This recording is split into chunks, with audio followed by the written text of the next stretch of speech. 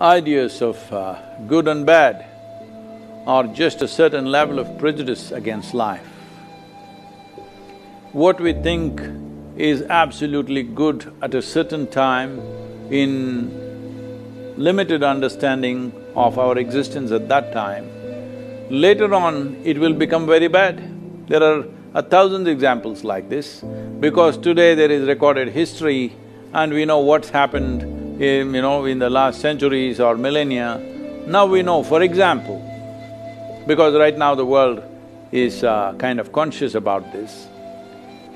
When there was slave trade, people who were involved in it thought it's the best idea that they ever had, that they can just steal people from another continent, bring and make them work, and the industries thrived on it, business thrived on it, the economy of whole nations thrived on slavery.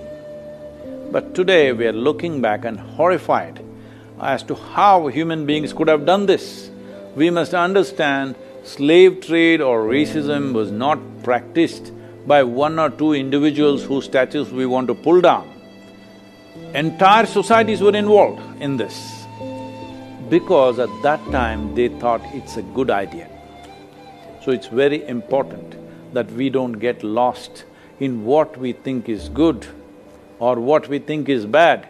It's very important we look at life in a far more inclusive way. The best way and one fundamental insurance in our life that we don't do terrible things thinking they are good. If this should not happen in your life, the important thing is to be inclusive.